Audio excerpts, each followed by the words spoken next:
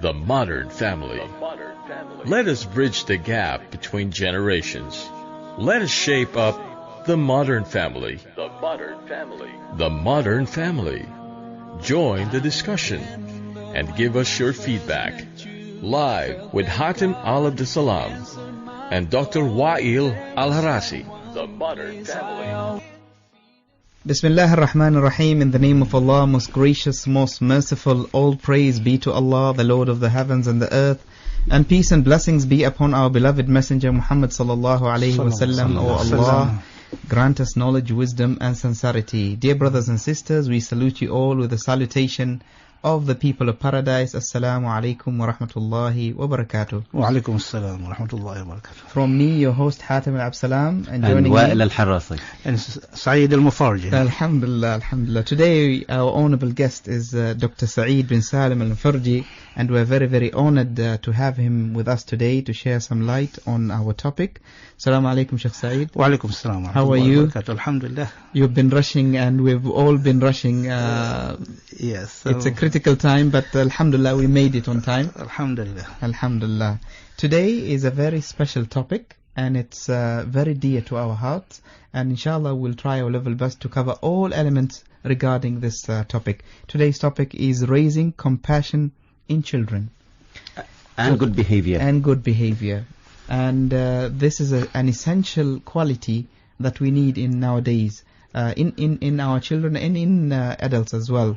So Sheikh Saeed will take us through this topic, and we'll have a fruitful discussion inshallah, and hopefully we'll get to disagree with Dr. Walu some things inshallah. Inshallah, you can disagree on anything, but I don't think we will disagree on the importance of on raising children on good behavior. It is something that on the back of our minds all the time, that we would like our children to grow up and be well-mannered, well-behaved, and able to face reality and face the world as a great human being, and be effective and be influential in a good way, positively, of course. And let us not forget that this program is dedicated to the parents. So we are trying to coach, to coach and counsel the parents in how to move forward towards this good behavior that we're going to talk about, inshallah. And hopefully we listen also from our listeners. We would like to listen from you, your ideas, your experiences, because we learn from each other. We are not here all experts. We are here to share some of our knowledge, and we would like you also to share your knowledge with us. So please call us on our numbers. We have two numbers for the show.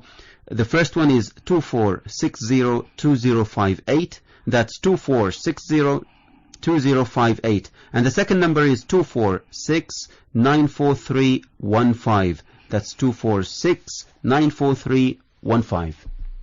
We have the honor to have you, Sheikh Saeed, and we'll start with the first thing. What do we mean by compassion? Thanks very much, first of all, for this opportunity, and I'm really keen to contribute and to learn about this compassion and good manners. Compassion means sympathy, empathy, kindness, kind-heartedness, benevolence, etc. In other words, is to bring about love, care, and help to children. And why is it important? Why are we choosing this topic today and discussing it with our audience as well? Why do you think this is important in our daily life?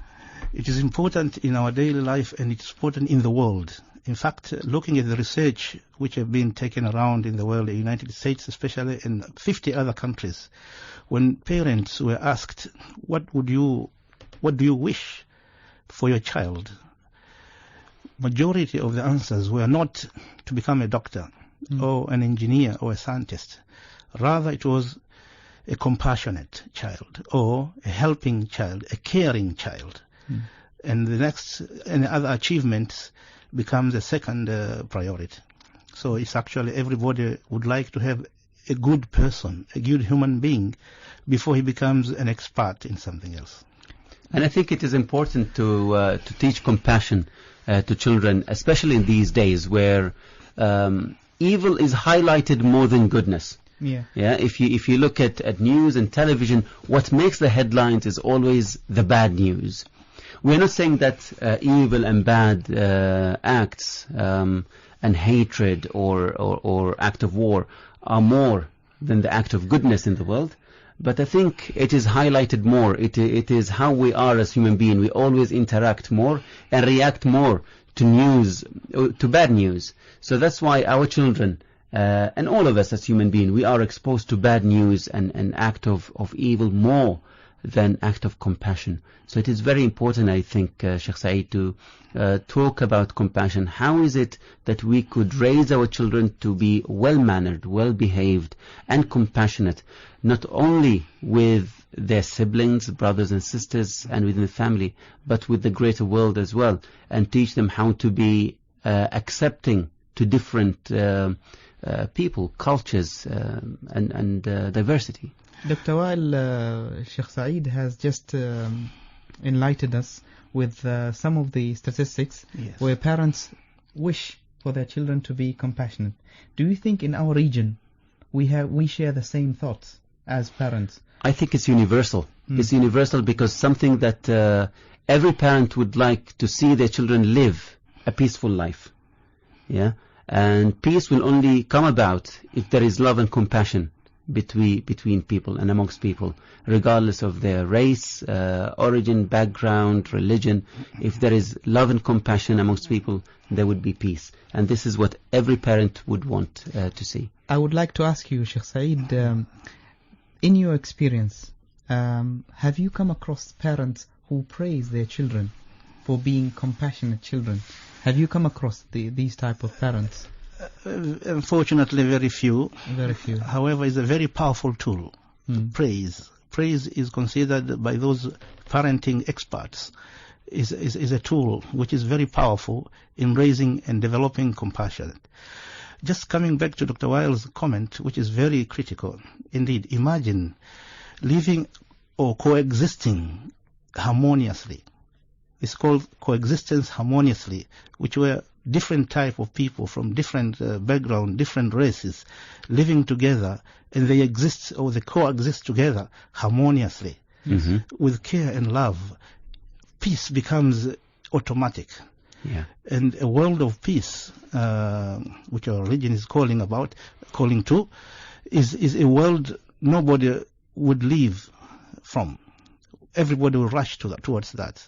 So peace actually is a result of harmonious coexistence, especially in various. It comes from siblings, neighbors, countries, nations, all over the world. I mean, if people are living coexisting harmoniously, they will all help each other, care for each other, and solve their problem nicely. And in the end, there will be no conflicts. There will be some understandings, of course, you can't avoid everything. However, they will be solved and understood and respected as well. I would like to go back to my point when I asked you, have you heard of any parents praising their children to be compassionate? I think the reason why I'm asking this is that sometimes as parents we take it for granted that our children are well behaved, are well mannered, are compassionate, and then we think that this is normal because we raise them in a good way, and we don't think of sustaining that for a very long time. And as an individual, as a child, if you don't praise them, if you don't give them the credit for the achievement that they have reached, they will feel that it's just something normal, and we can go back and become not compassionate. We can be not well behaved. So the parent has to play the first part, the first role, which is pushing forward to sustain this compassionate element in children. Yeah, indeed, praising a good harmonious act, a kindness, is very important. We should not ever leave any action which is a good compassionate action unpraised. In other words, there was some research also made to two group of people. Some people were told that what we have done is excellent, and we really were very impressed. And there was another group which was just praised. I mean, we're not given that kind of praise. And eventually, when they kept on doing this, they found that the group which being praised produced more good results and actually were actually excelling in the good manners and behavior.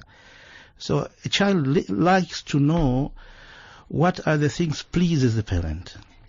If I'm pleased with something, I should say it.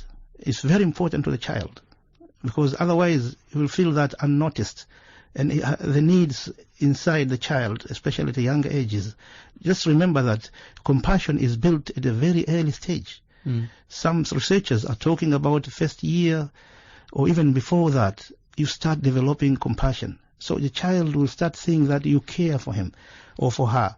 And then every praise will increase a motivation. And in the end, we'll keep on doing. Actually, some praise goes with some token. We give also some gifts. You go away from, for example, in a park or anything. Praise and some gifts is a very powerful tool to actually encourage compassion. I totally agree with you. I have my 18-month-old girl who is she shows love and compassion at a very early stage.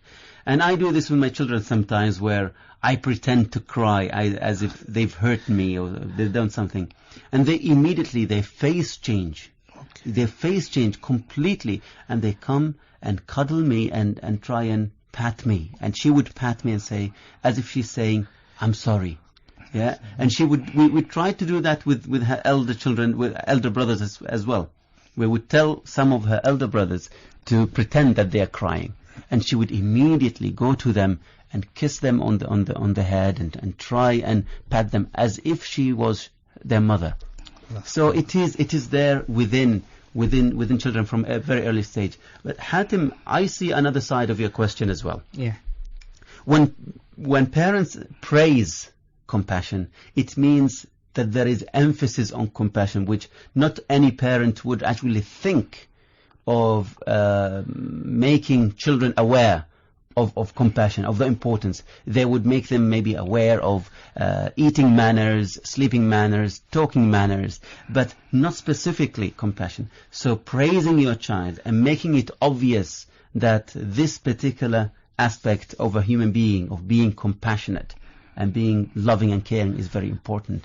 That is also very there is two elements in this. The first one is you have some parents praising their children when their children are absent. So they'll praise their children in front of someone, a stranger, yes, a third party, where the person who is concerned, the child, is not around. Okay? And when the child is around, they will never praise them. Mm-hmm. And the second group is that they will never have enough. It means no matter what the child does, you're not good enough for your parent. So, for example, you're a straight A student, you're compassionate, you're good, you listen to what your parents tell you, but a very small mistake that you do, and your parent will be very angry, and they will compare with someone below your level. They say, look at your cousin, they're better than you. Which is very... Or you're a bad child, I wish if I had another children, not you. So things like this, I think parents also need to lower down the standards when it comes to compassion. Encourage your children. Even if you're not happy with them, support them, hold their hand to reach to the level that you want. But don't demoralize them and treat them as if they have committed sin throughout their life. Indeed. In fact, I've been reading a lot about this, and I found that some findings, even at home, parents are not encouraged to bring about competition within their own children. Reason being, there will be one or two who do better than the others. Now people are looking at the other side. What will be the feeling of the others? You see? The lower performers. Of the lower performers. They say that we are always not capable of doing something. Even if it is a good work, like cleaning, for example, you give a task of cleaning. Who will clean faster than the other? It's a good task. However, you are also causing a friction, or causing something, a hard feeling that, well, I was trying to help here, But because I was a little bit slow due to my own ability, I'm told that I didn't do a good job. But cleaning is a good job, is a helping hand. So we need to be caring and helping. That's part of caring and helping. And in fact, we are supposed to say we're one family, one entity, and because of that, we help each other. So let's do a group work. So we clean together. When we finish cleaning and it's finished, whatever time it takes, we are all praised together. So everybody shares the praise of a good work which everybody contributed without creating any feeling. So, and we should actually do not... Let's take the example of that person who actually invented electricity. Yeah, who had about 1,000 means and ways which could not bring to electricity, but they are not called failures. So each time a child tries his best or her best, we should always try to put a positive side of that. A positive side that, oh, you almost did it, you see. And let me inform you, next time if you just add this way of doing it, you will be perfect. So that encourages the good way. So it's actually about coaching the child rather than just give instructions. Exactly. It's about coaching. As well, there is another way around it, Sheikh Saeed, is that you do not praise the end result. Do not focus on end result, but praise the effort. Exactly. Specialists in parenting say you need to praise the effort because someone will always perform better than the other, and what we need to do is appreciate the effort done by everyone, and without differentiating, you have all tried and you're all good and you need to be rewarded. I need to share a story where there were two brothers, and one of them was blessed with very compassionate children, and everybody was praising the children for their good behavior and conduct. And one day the children did a very small mistake which made the father very angry, and he was cursing. And he seemed not happy with the children, not content with his children. He just wanted to replace them. So his brother said, if you don't want your children, pass them on to me. I want them. My children are drug addicts. And your children are far more better than mine. So if you think that your children are not good enough and you don't want them, then pass them on to me. I see. And this actually happens every single day, when parents compare their children with other children. And also on focusing as well, focusing on the negative. And I've read a very good book by Ken Blanchard called Whale Done. It's called Whale Done.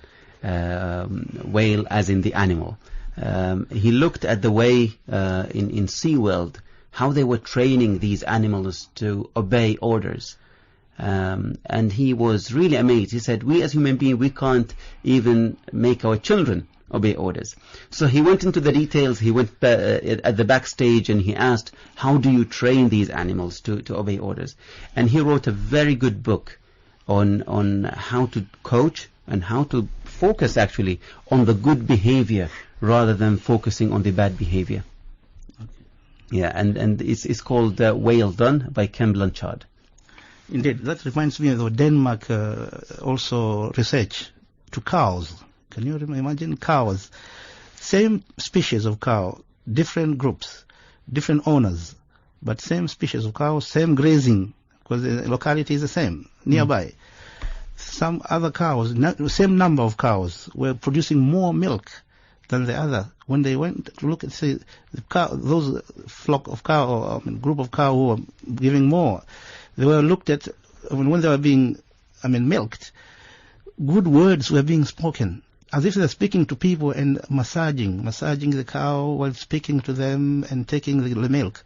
They produce more volume compared to the other ones who were just straight, without any tender caring. Wow. I've also heard that even if you treat trees that way, if you speak, if you speak to the trees, and every day if you go to your garden and touch the leaves and talk to them, it helps them also grow and fruit. I'm not sure about how true is that, but it's a philosophy that is people implement across the board, not only with human beings. I think to start off, being as believers, as Muslims, we are required to be positive throughout our life. And to start you become positive with yourself first, and then with your closest loved ones. And if you can't share that love and compassion with your children, whom are you going to share it with? So calling ourselves or labeling ourselves as believers and Muslims, we need to be positive, and we need to show and reflect this positiveness in the young ones as well. In fact, coming back to that point, thanks very much for reminding. Our religion tells us that, the closest person to God, to the Prophet, is the one with the best conduct of living. In Arabic, we say, أقربكم أخلاقا, which is just a part of the narration. Yeah. So the closest person to God is the closest person who is good in conduct. The best person with the conduct. Yes. And in other narration, the Prophet teaches that the best amongst you is the one who is more helping hand to the others. Yeah. أنفعكم للناس. So you can have all this to your children if you coach. And I agree with Dr. Wael, the word coaching here is actually very key, because we should not expect, even genetic twins, they may be different in their behaviors, but you need to coach and to develop yourself to raise at the early stage these manners. For example, helping the poor, helping the needy, that kind of feeling. You have to give sometimes pennies, or bases in our case, and then get the children to get these bases and tell them, okay, devote how much you're going to put in your own box, what you're saving. They like to save the children, and how much you're going to give it to a poor person whom you know doesn't have food or water. And you'll be surprised how much they divide the money. And then you take them, let them actually take the money to that association, let's say the blind association, the orphan association, and let them actually donate, let them hand that envelope to those organizations. That way, and you walk around that orphanage and show them, these people, you eat this kind of food, and look at them, they actually don't have a parent, and actually they don't know what they're going to do later on. Yes. So those kinds of coaching needs to be done practically. And again, part of the coaching which we need to encourage is actually to expect the children to understand that every person is there willing to help. So there is another helping end. For example, when he sees a truck coming to take rubbish from the home, he should be taught that the farmer will grow plants and we'll sell here, and then we'll eat, and we'll throw part of it, and some other group will come and take that refuse which we have put there to take. So when he sees the trash truck comes, he says thank you.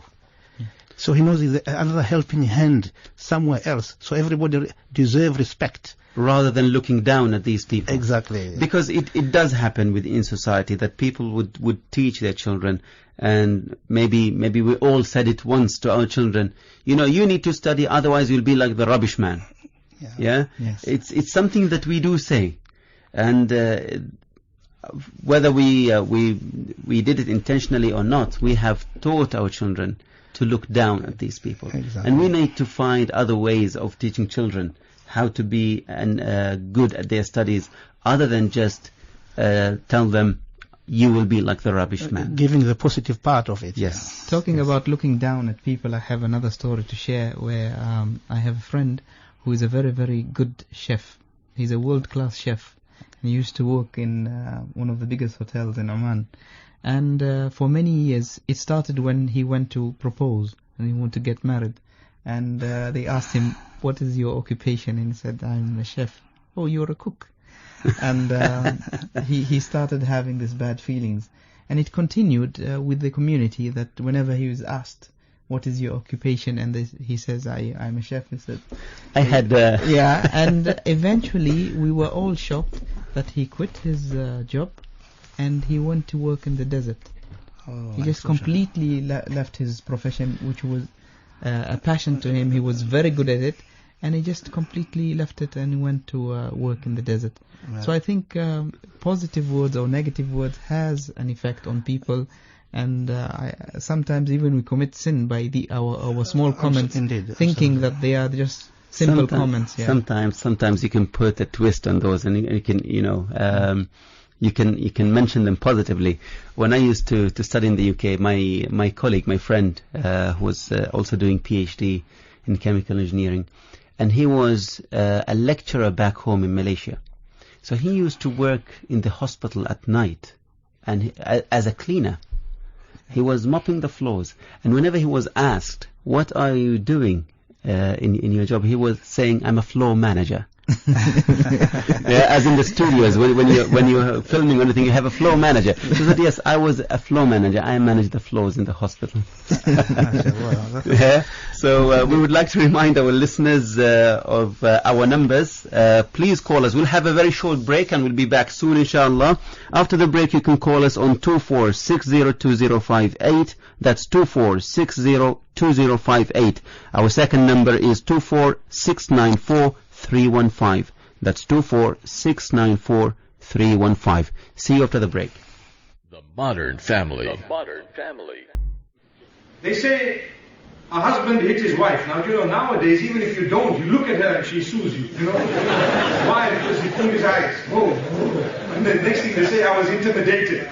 So we need to be careful. So the husband was taken to the courts, and the judge says, "Why did you beat up your wife?" So he looks at the judge. He says, "Judge." The judge says, "You cannot. It's impossible. Why did you lift a finger?"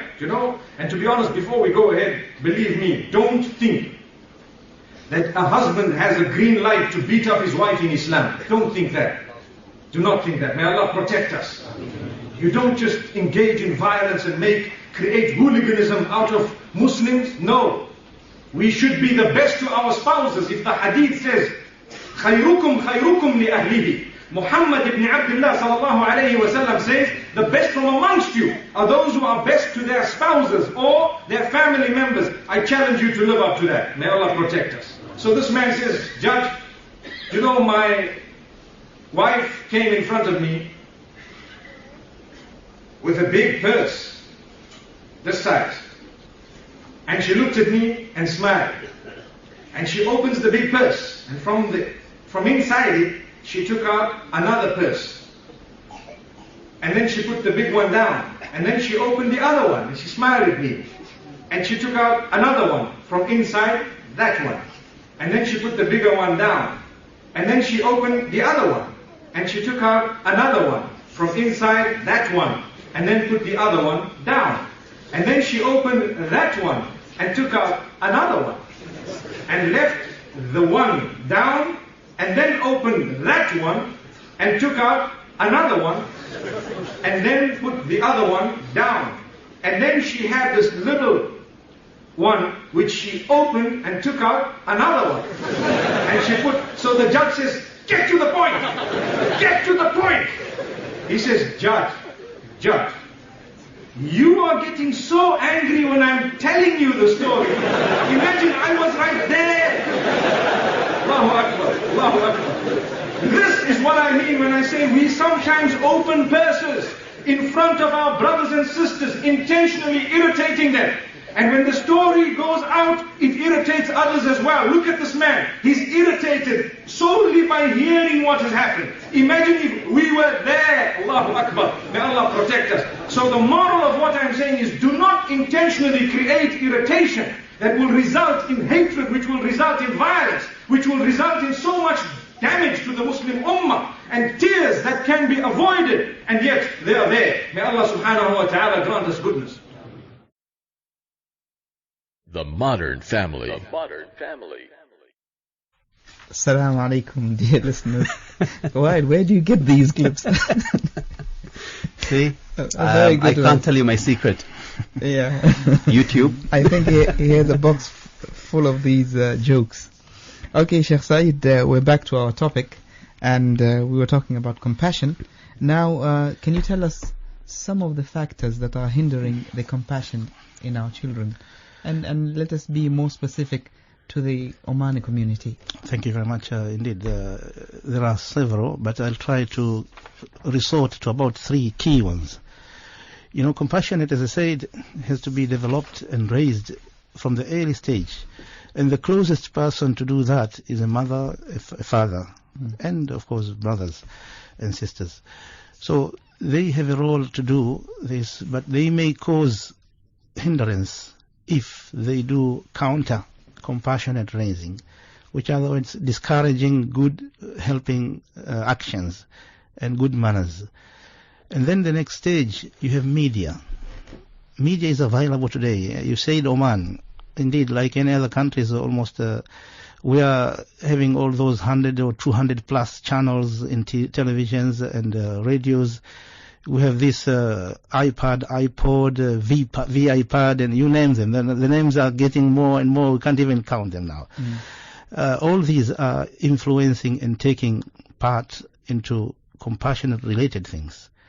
Yeah, and then you have outside the house, where even if you limit yourself within the suburbs or within the neighbors, we haven't even reached school yet. Yeah, so these three major ones are contributing to the hindrance of compassion if done negatively. You could choose any of them. I mean, let us start with the first one, which is the parents.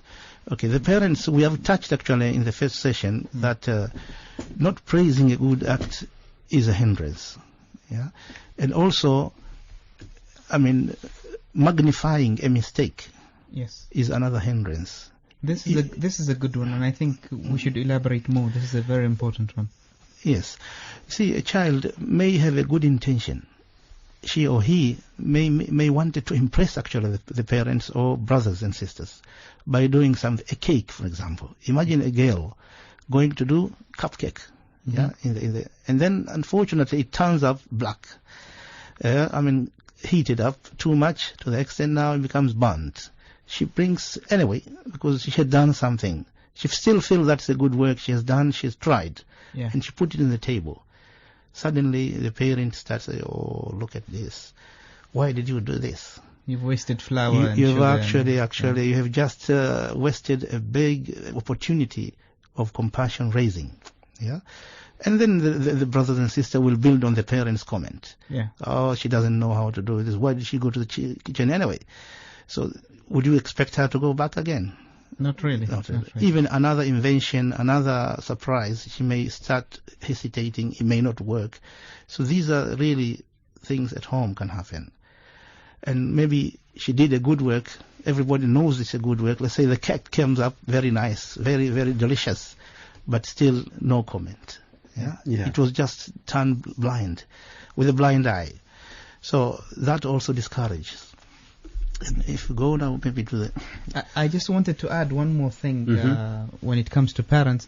I think many times when you have a very good child and they're well behaved, they're well mannered, and people around the community praise that child, except the parents. And parents tend to forget that the most important praise is from dad and mom.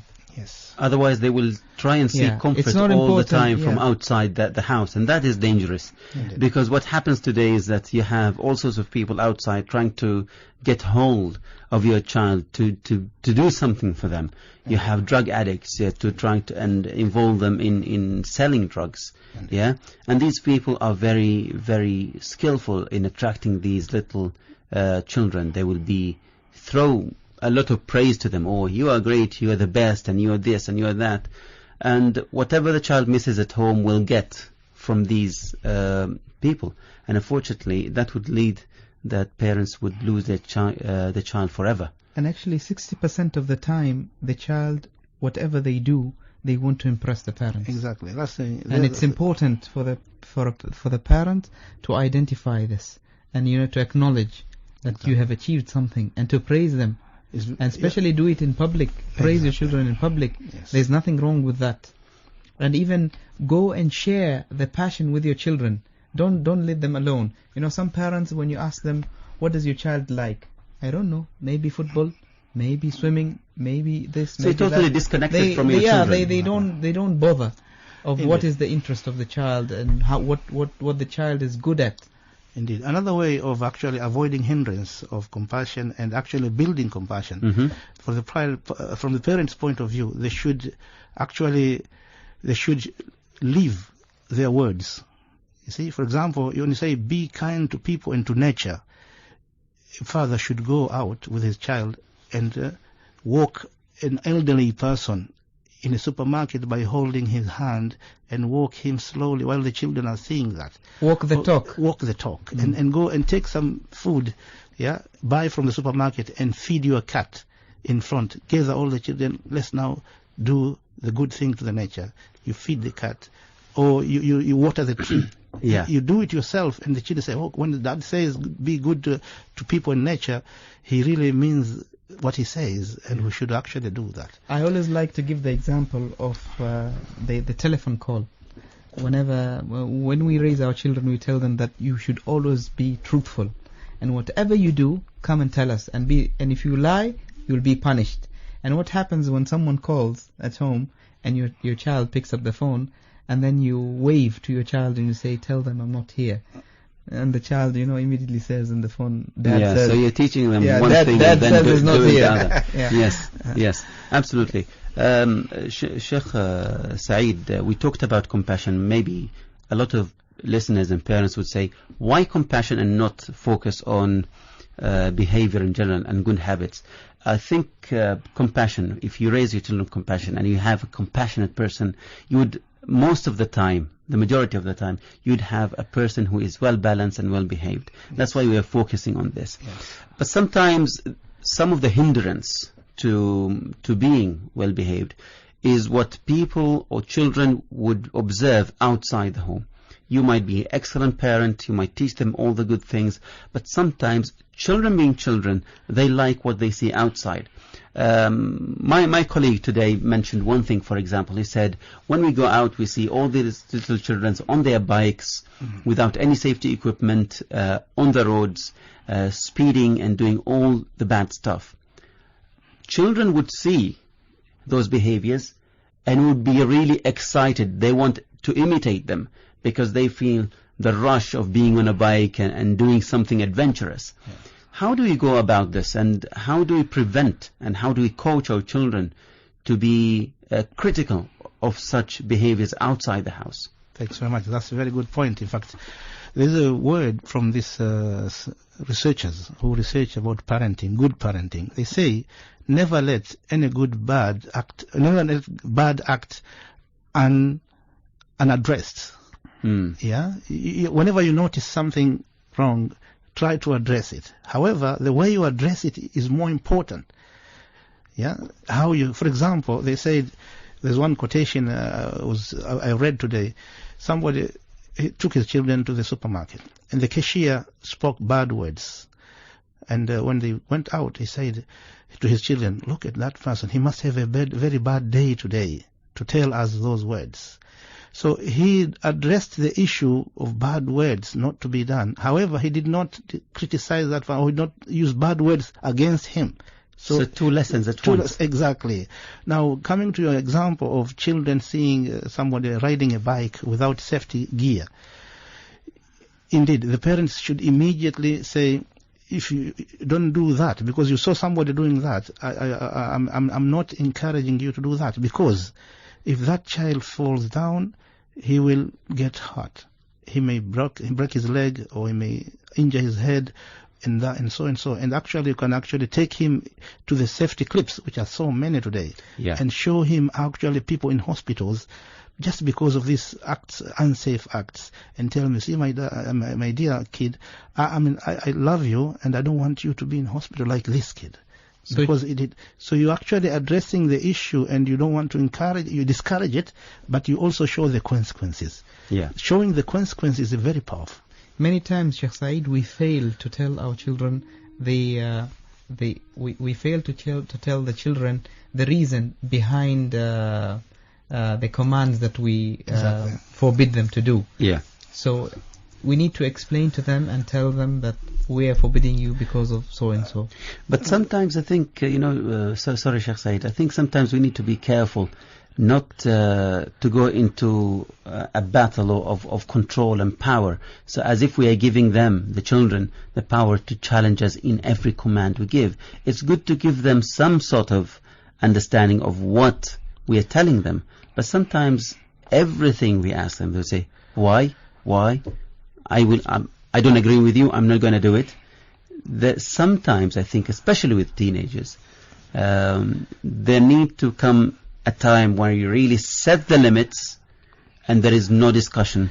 Yes. I'm telling you this is the limit. You can't stay outside the house after 10 o'clock at night. You need to be in. These are the reasons, and that's it. Yes, setting the limit is very famous in parenting. In fact, if you read many of these books, you see that you must set the limits. And the limits are critical ones. For example, like that overnight curfew. Yes.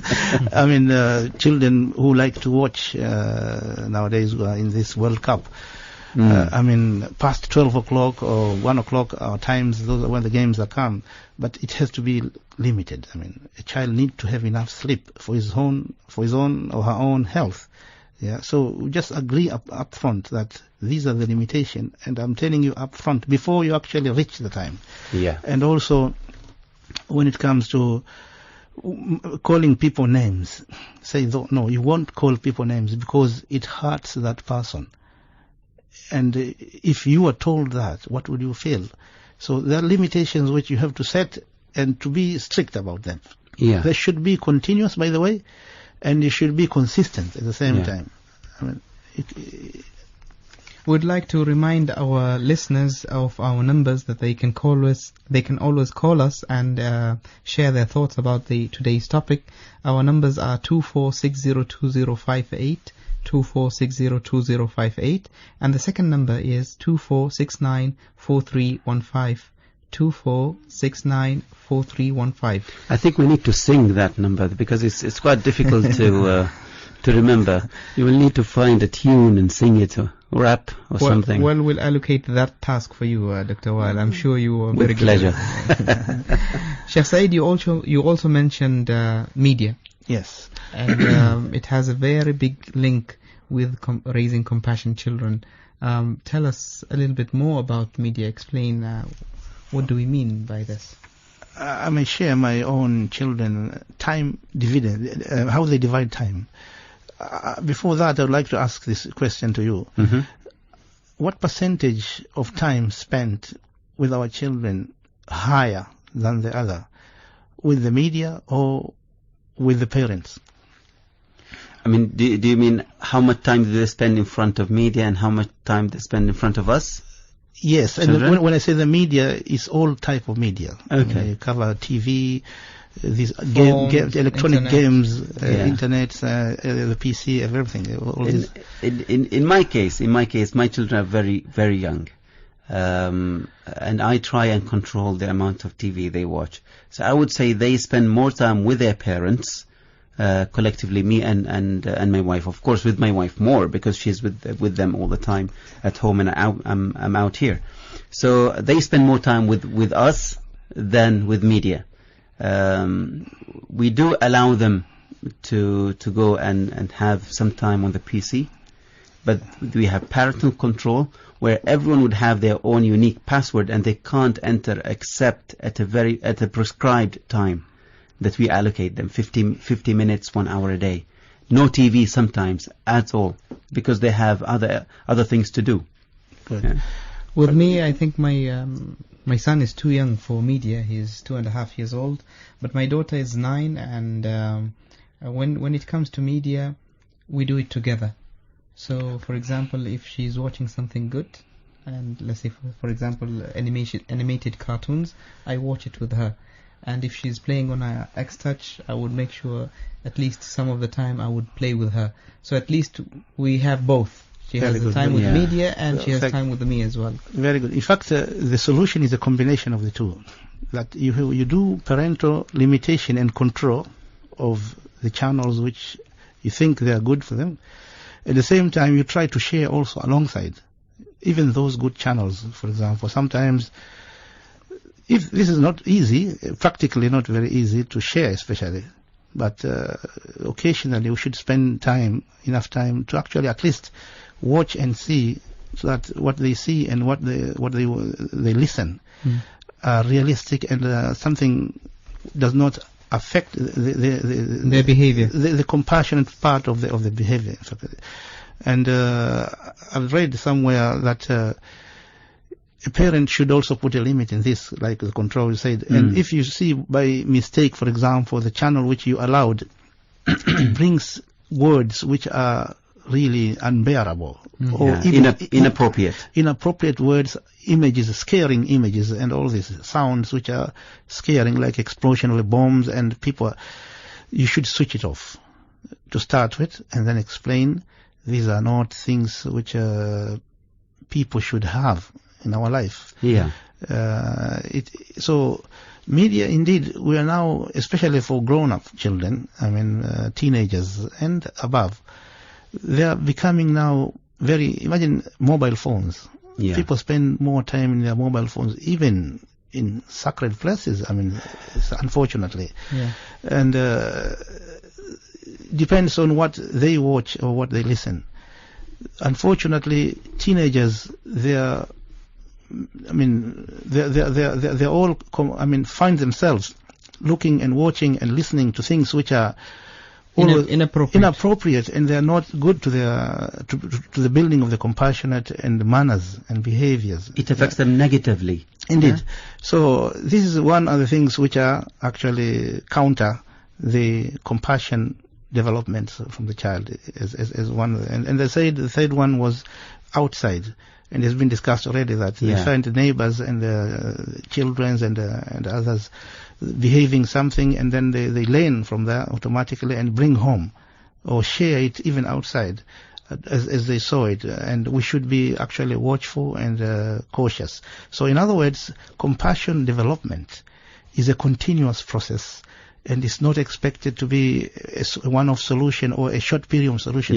You have to keep on following and helping, guiding and coaching until such time you actually find it actually is built in. Last year, Sheikh Saeed, we spoke about video games, and we spoke about it from different aspects, positively and negatively. Video games could be used to develop certain skills in children. And I use video games as well with children, but I use very specific type of video games which does not require holding any joystick. It requires only movement, continuous movement and exercise all the time. And they enjoy it, and we play it together. But sometimes used in a very inappropriate, uncontrolled way, video games could be really destructive to the way children behave. Could you shed some light on this from your experience? Indeed, as I said, unfortunately, some of the video games, and not only in Oman, this is worldwide. It's a worldwide citation. I've read they are violent in a manner such that they bring about a behavior or a character of heroism, and the child will start becoming a hero at home. It reached a stage where one of the children, I've actually witnessed this, and I was told by my wife when I was in UK, he put on these Batman dresses, and he went to the window. He was about to jump, to fly as a Batman. So those kind of things are happening, in fact. And he was caught before he did that, and then he was brought down. And others will use kicking, start this karate and kung fu and taekwondos and others. So we really have to bring about control and explanation that these are just, not factual. They are actually fiction. The fiction things which are not real, and they're just to people are displaying them for other purposes, not for us. We need to go through things which are... I remember there is a research done on video games. I'm not totally against video games, but we need as parents to be completely aware of the system.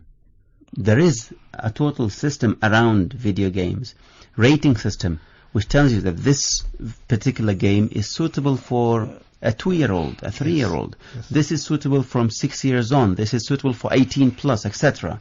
So when we go and buy a video game, we need to be aware of that. Secondly, the video games effect haven't been thoroughly studied until recently, where I've come across a research done on about 2 groups of 20 to 50 children at each group. Okay. And they were exposed to different video games. One group, they were playing football, a video game including sports and football. The other group, they were playing violent games, shooting and kicking and killing for 20 minutes only.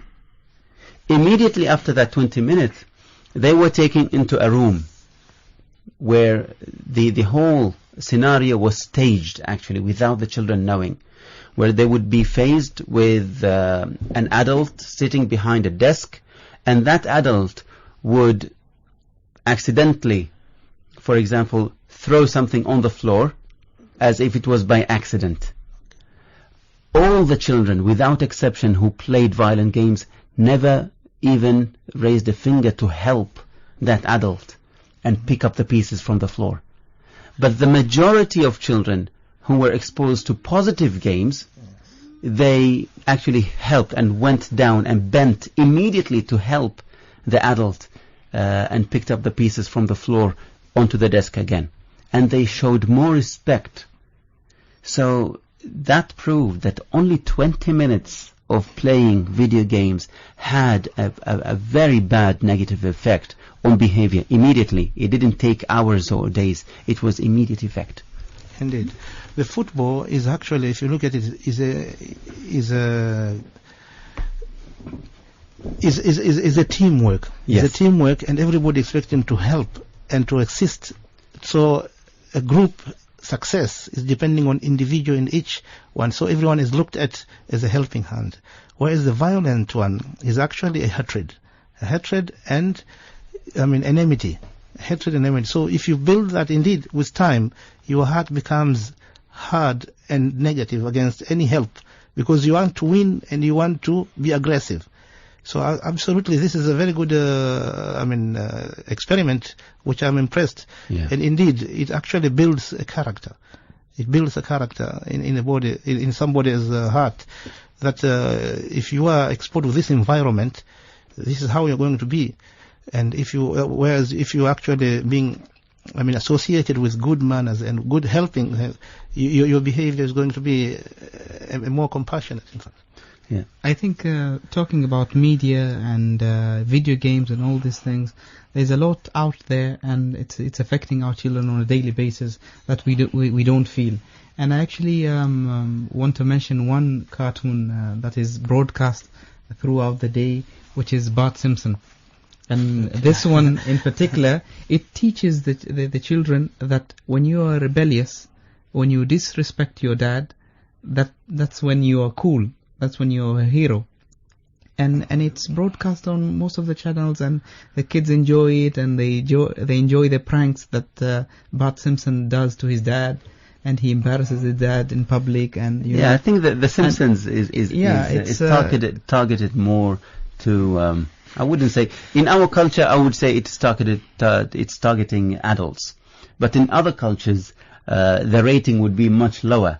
I don't see any problem with The Simpsons sometimes. It's funny. As an adult, I would look at it and I think it's really funny. But to a child, I don't think they should be allowed to watch it. That's the thing. There's no rating while it's all broadcast. Yeah. And even as parents, as long as we see cartoons, then it's okay for children. But it's not okay, because you have cartoons for adults and you have cartoons for the young ones. Yeah. Like South Park.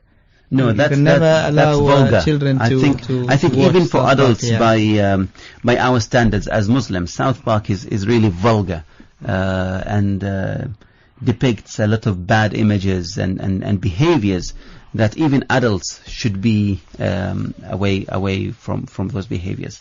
I think we're ready for a second break. Let us take a short break and continue this discussion after break. The modern family. The modern family. So much of what children are confronted with today is about looking outward, looking at the external world, what's on their video screen or their computer monitor, or, even in school, what teachers are telling them to pay attention to. Yet as parents, we have the opportunity to have our children look inward.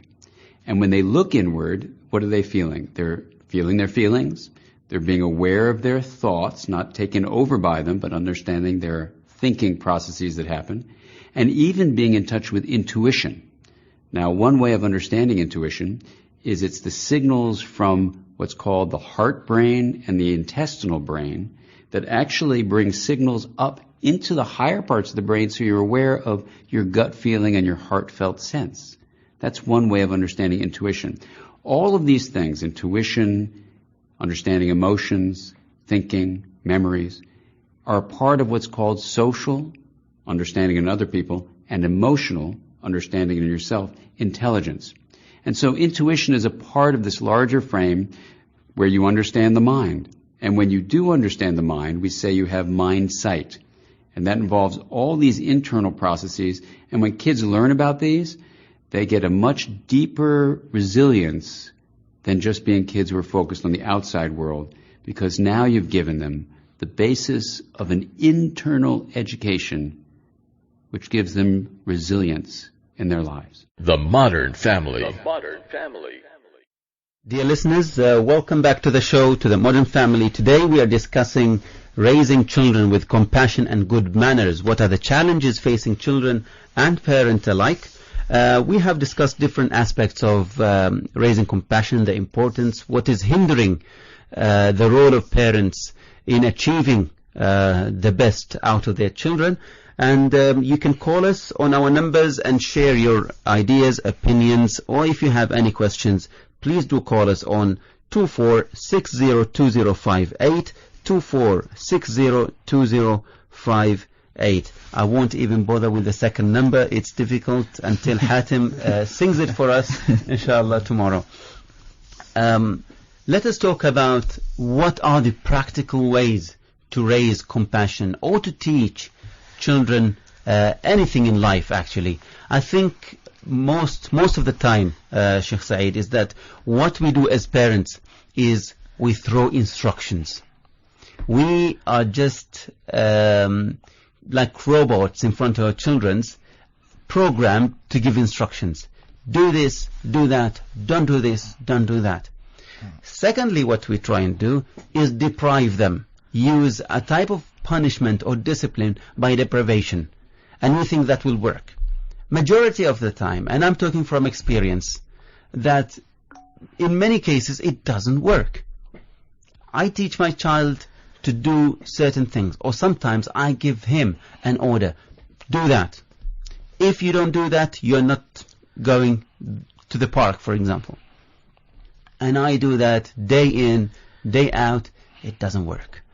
I came about a book, and I'm learning for my own sake to be able to raise my own children, because I think that they're all very young, and I think I need to do it at this stage when they are really young and soft and they can still absorb what I can tell them.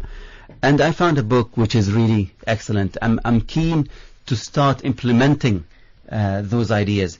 It says that deprivation as a type of discipline does not always work. You need to couple it with something else. Okay? And the three main roles that you need to play as a parent is: one, to play the role of a trainer and a coach. Secondly, you need to play the role of a problem solver.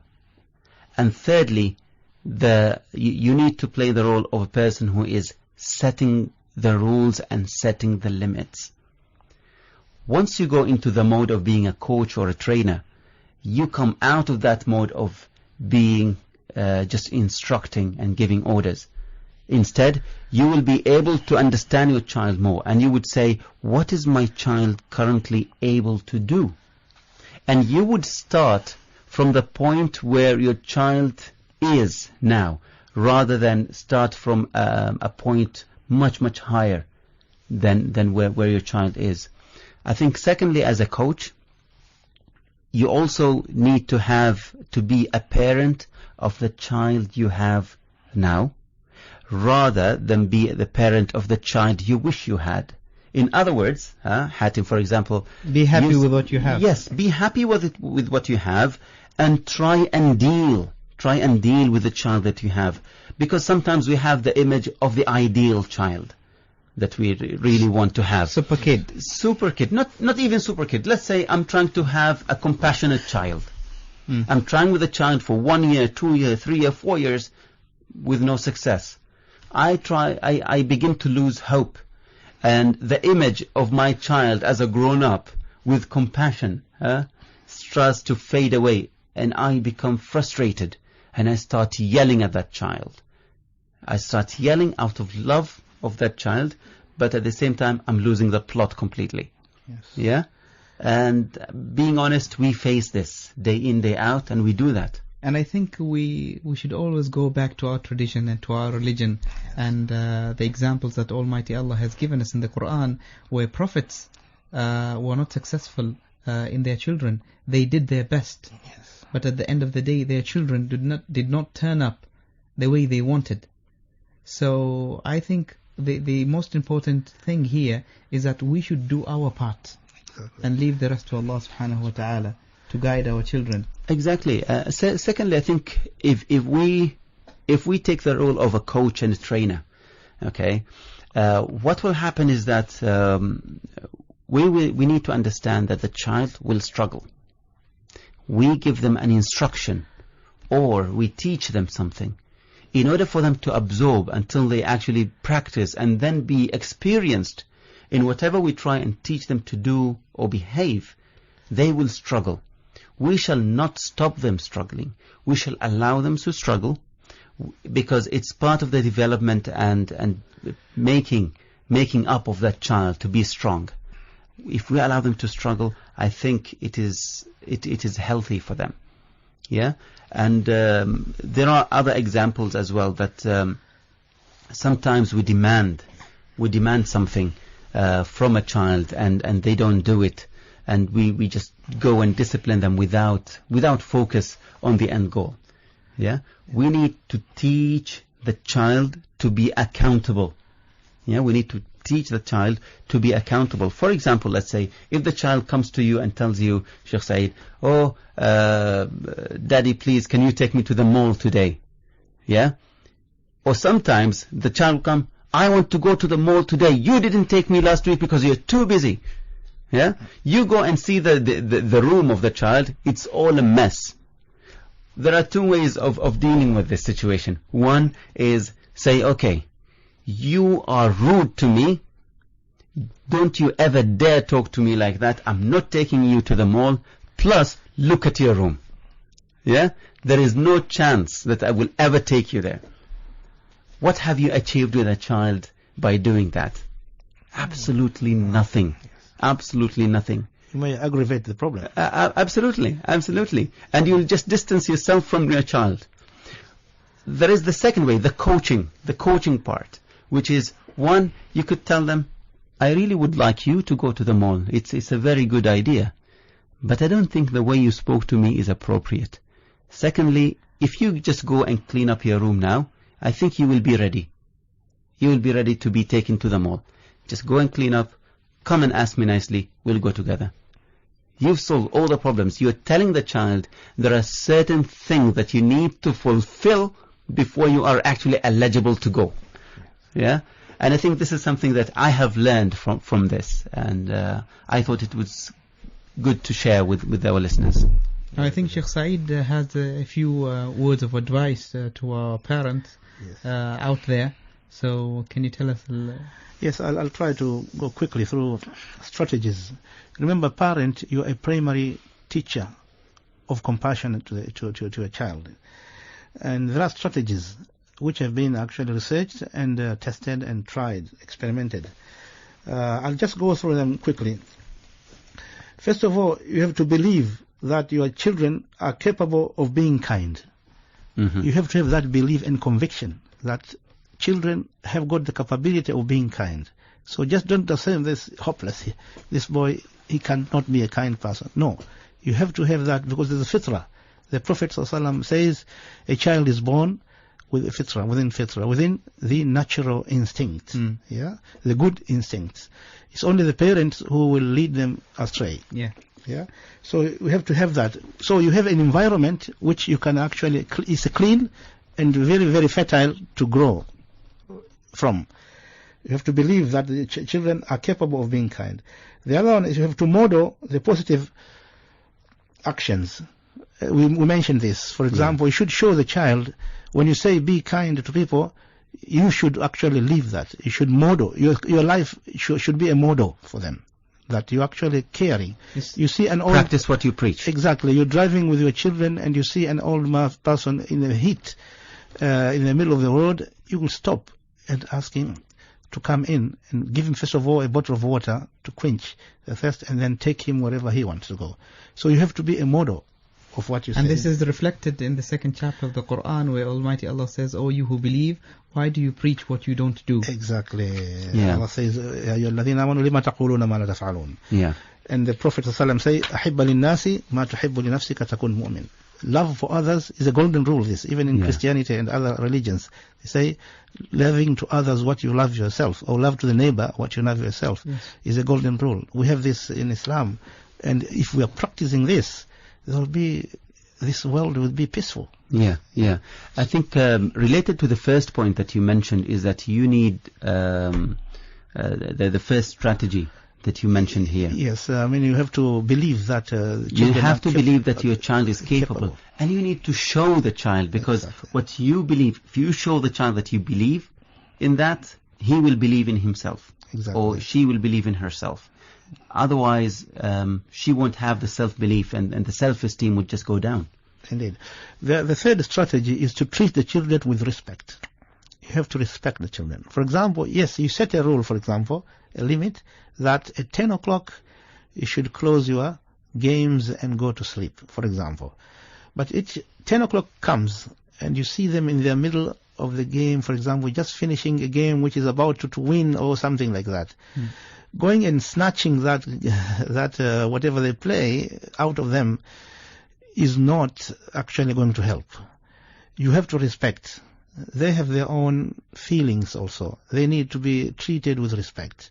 So, like anybody else, everybody wants to be respected. Yeah. Treat them as human, regardless of age. Regardless of size or age. Yeah. Sheikh Said, before you continue, I just wanted to emphasize on something that I witness within our community, and it happens a lot, especially for weddings or funerals. When we go in the mosque, and you see people standing in line, and someone passes by shaking their hand, and once they reach to a child, they just skip him.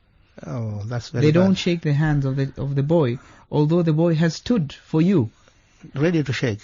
I but remember, you don't give them the respect, and you don't shake their hands. I remember Sheikh Hamoud Sawafi, who is one of our great scholars in Oman and a great teacher. In fact, for those listeners who do not know him, the majority of judges in Oman graduated under his hands at his home.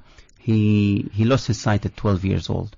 But he's a great teacher, and he would always stop to speak to children. No matter where we are going, how busy we are, how urgent the thing is, he would always stop and shake hands with children. He would even play with them, and he always carry with him some almonds. And he would give them almonds. Or other children, he would give them 100 paisas. So he gives every child, and he was teaching us when we were studying there. He was teaching us, always stop for children and say, Salamu alaikum. Greet them. And this was a prophetic tradition, yes, by the way. Greet Many them. people don't Show know. them that they were something. What the Prophet says, Sallallahu Alaihi Wasallam. ليس منا من لا يوقر كبيرا ويرحم صغيرا. ليس منا من لم يرحم كبيرا يرحم صغيرنا ويوقر كبيرنا. Correct, yes. Which means is not one of us whoever do not respect the elders and do not actually have caring mercy to the younger ones. Yes. So if you don't have mercy to the younger one and you don't respect the older, you're not one of the Muslims. Yeah. So this automatically shows the respect to Absolutely. children, actually. And then the other strategy is to coach your child to pay attention to people People, facial impressions. See, you have to coach everything. Tell people to look at the body language. Tell your children, look at the face of the person whom you're talking to. He may be with wrinkles, which means it tells you that he's not he's frowning, he's not happy. He's not happy with what you are doing or what you are saying. Yeah. So the facial expression should be taught to the children. You have to actually coach them on that. The other strategy is that let your children know often that they have another person at the end of the community who deserve respect. Yeah. And is a helping hand. As we gave an example, for example, the baggage truck. Yeah. That person is outside the house, but is another person outside with a helping hand. He deserves respect. Yeah. Or she deserves respect. So you have to teach and to let the people know that. And then don't let the rudeness pass. If you have noticed a rudeness, an act of violent act, or misbehavior, don't let it go with a blind eye. Try to address it. Say that was not good. For example, if one of the children will call somebody, look at that a monkey boy. Say no, don't do that, because that person you're calling him by that name doesn't like it. But there are times where we actually need to turn a blind eye on some behaviors, depending on the goal or what we are trying to teach. In the example you gave, certainly you have to address it immediately. Indeed, actually, I've said don't let a rude act. Yes. A rude act will always be unaccepted. Yeah. The other thing if it's something simple, yes, you'll turn a blind eye. Because sometimes, see, for example, when we discipline children, sometimes we set limits. And as I said, there are 3 roles that we could play with children: is the role of the trainer, the role of the problem solver, and setting the limits.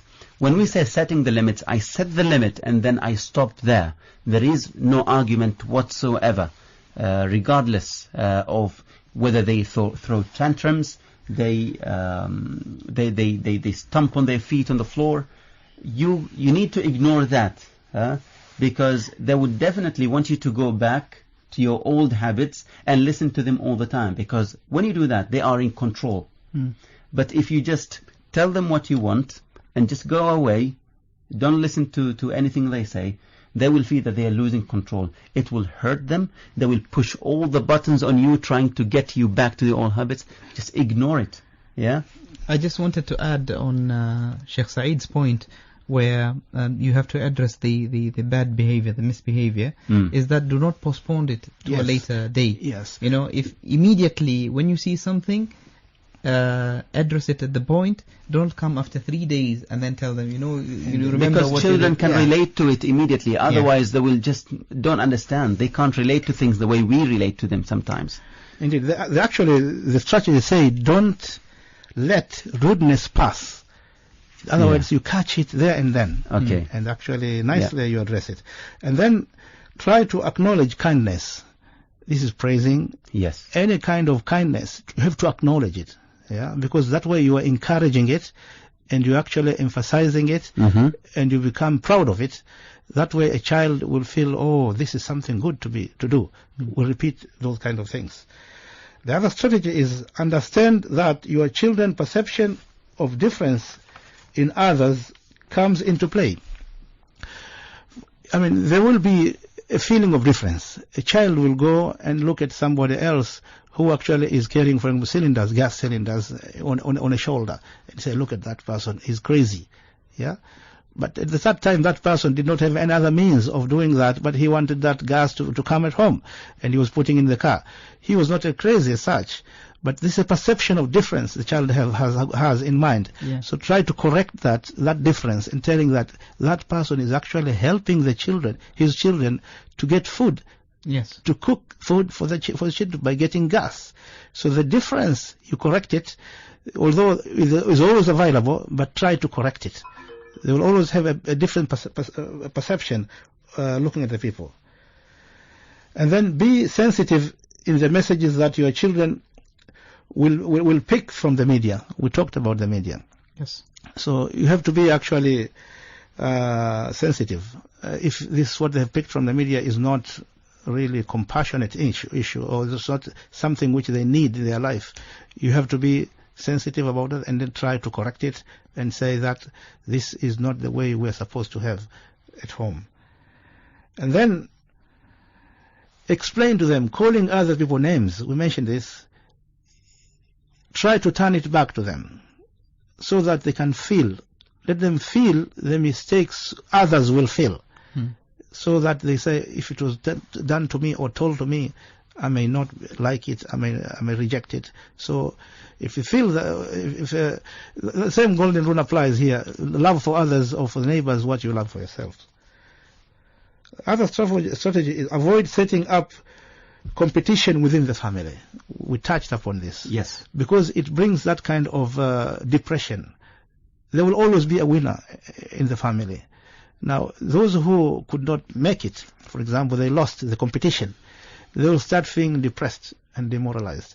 Always encourage teamwork, and then whatever it takes, or however long it takes, just praise it, as long as it's done. Yes. Yeah, even if it took longer, say, oh, you accomplished this and that, that's excellent. And you have done good jobs.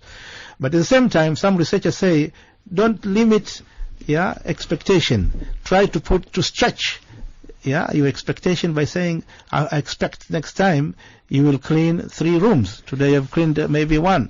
I have a comment here, Sheikh Saeed. I've once heard one of the experts talking about praising, and she said sometimes we do the mistake of praising the end result. What we need to do, for example, if a child brings a painting, the process. Yes. You need to praise the process. Yes. You said, why did you choose these colors? Why did you do this? You went through a lot of thinking process to do this. It might have taken you a lot of time to do this, and you are very persistent. So you're trying to praise a lot of things. You're praising the whole process. Yes. That led to the end product, which is more effective than just saying, wow, this is a beautiful painting. Indeed. Yeah. In fact, there is a lot being written about this. Process is a more important element than the end result or the goal. Yeah. And people who are successful are the ones who actually spend time and plan on the process rather than the goal itself or the end results.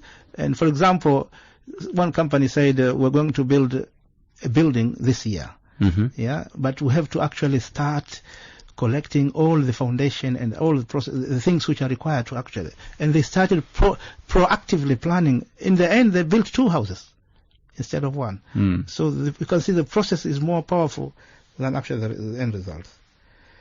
One of the strategies also is to show the children how how people are in need. For example, by living around, looking around the lifestyle which we have in the family, and tell them that we are gifted. We're gifted, and there are others who are living like us, but they are in need. So try to bring that, helping feeling. For example, you have the toys. The misfortune when you have toys, many, and you have collected in your boxes some vases and all these things. There are orphanages. What about trying to devote some of this, and actually, if it is actually a family day, for example, but people are going to help who? To help the poor ones. So take part of your belongings, which you like some of them, and devote them to those people and try to pass them. Let them pass them by hand. So it's actually bringing that tenderness and careness and compassion to themselves. They do it by a feeling, and those who are receiving will be actually feeling the impact of that. We were always raised, for example, by our parents, not to throw any food, or even not to even choose the food. Whatever is served, you need to take it. Yes. Why? Because there are people there who can't find anything else to eat. Maybe the food they get is even dirty and not suitable to be eaten. But that's the only thing they have, and they would take it. And this is the way we try and raise our children as well, not to choose, and always relate these things to other experiences, and that we are always fortunate to have any type of food on front of us. Yeah. So I think taking the next step would be to actually take them to see, as you said, see by their own eyes how people suffer. Indeed. Yeah? Indeed. I think one of the things that we need also to emphasize when we want to raise children who are compassionate is kissing and hugging. Indeed. And this is one of the prophetic traditions, as the Prophet, peace be upon him, used to kiss his daughter Fatima between her eyes. Indeed. Which is something very unique. And I think if we start practicing this with our children, showing them how dear they are to our hearts, Indeed. that will make a big difference, you know. Indeed. Only a simple move that you would do when you come back from work, when you see them, when you first see them, you get onto your knees and hug them tightly and kiss them on the forehead. That says a lot. Indeed, absolutely. You know, it's a very powerful. You have already transferred the positive energy to your child, and they feel the belonging. Indeed, they feel the love and care of the parent and respect. Yes. And passion, and actually it encourages them actually even to try to speak what they have always been hesitating to tell you. You will get the innocent, in the innocence of the child, a complete innocence of the child, and actually true feelings if you demonstrate care and consistently keep that care alongside. I've been to families, some of the families, and I really, find it strange that children, they don't, for example, when they shake the hands of their parents, they don't kiss the hands of their parents. Or, for example, when there is a funeral, they will not hug the father or the mother. Or if the father and the mother are traveling and they come back, it's been like a month or two, they have not seen their children. When they just arrive, it's just shaking hands like formal friends. There is no that connection. This reminds me of a very, very, very, very disappointing clip I've seen in WhatsApp. If a mother comes back from work since morning, in the evening, and actually the children arriving. The children arriving from school, who been there all the time, maybe after 3 o'clock, coming back with the bus will drop them at home. And the mother is on one side and the housemaid on the other side. And they all went and hugged the housemaid. And the mother was looking at that almost with tears. And they will go along with the housemaid inside, as if there was nobody there, who actually the parent. And the message was told that the housemaid was more caring than the mother. And imagine how much the mother was feeling. We have to accept this is the fact in some of the cases. In some households, yes. In some of the cases. Yes. But indeed, we should not leave aside our obligations. And so, in other words, we should own our obligation and actually put as much effort as possible. Sheikh Saeed, thank you very much. Thank you very much for accepting our invitation and being here in the program. I'm sure we have learned a lot today from the topic that you have brought to us, and from the tips and the tactics on how to raise our children, raising compassion. It's a very good topic. Thank you very much. And I'm sure learned a lot from you, both of you. Jazakallah khair. And I hope our listeners also today have learned a lot from this topic. We would love to see more interaction with our listeners we would like to see more phone calls from our listeners. So please be with us. Tomorrow we have another special show. We have Dr. Amira Al-Ri'adan, who will be speaking about the role of play in child development. I'm sure it will be a very interesting one. So we'll see you tomorrow from me, Wa'il Al-Harasi and Hatim Al-Absalam. Assalamu alaikum.